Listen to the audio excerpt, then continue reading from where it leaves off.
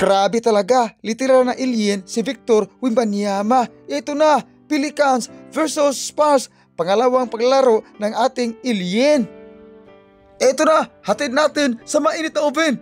Pelicans, Williamson sa masalasag dakdak, posterize si alien ng NBA.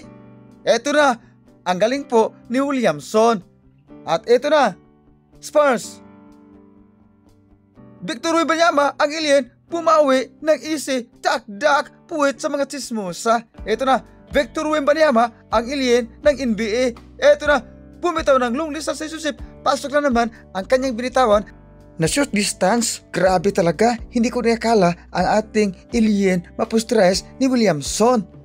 Ito na, Pelicans, dumidiskarte sa iri. At ito na, fade away, good for two, galing sa Pelicans.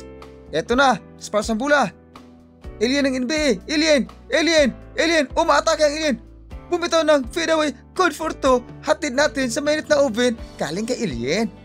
Ito na, Kalabaw versus alien, Putata ang inabot ng Kalabaw, halimaw tong alien. Speaking of alien, si LeBron pala ang gumawa ng pangalan ni Victor Wembanyama na alien. Ito na, Kalabaw, humahalimaw, Kalabaw, good for two ang kanyang binitawan. May flex pa si Williamson. Parang hindi nila kinaya ang power ng Kalabaw, kailangan na nila si alien.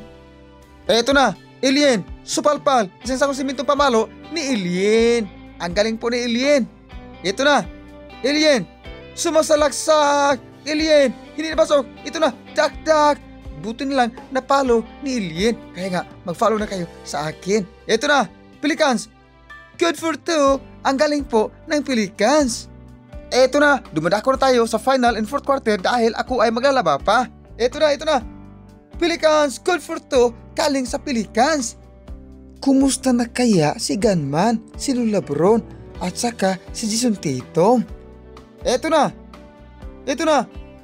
Pelicans, good for two, ang binitawan ng Pelicans. Under 3 minutes, 100 to 100 ang score, lamang pa rin ang Spurs. Grabe ang alien, humahalimaw ang kanyang score. Napatunayan ni Victor Wembanyama na siya ay alien dahil humahalimaw ng salaksak at bumitaw ng long distance relationship. Score 107, tabla na ang ating score. Hatid natin sa minute na oven. Williamson, ang Kalabaw, hindi napasok ang kanyang binitawan. Ito na, Spurs for the win. Ito na, alien ng NBA, alien for the win. Hindi napasok ang kanyang for the win, pero pasok naman sa aking puso. Ito na, Spurs, alien, dumadiskarte, dak. Ang galing po ng ating alien, nauti na ang ating pagchichismis.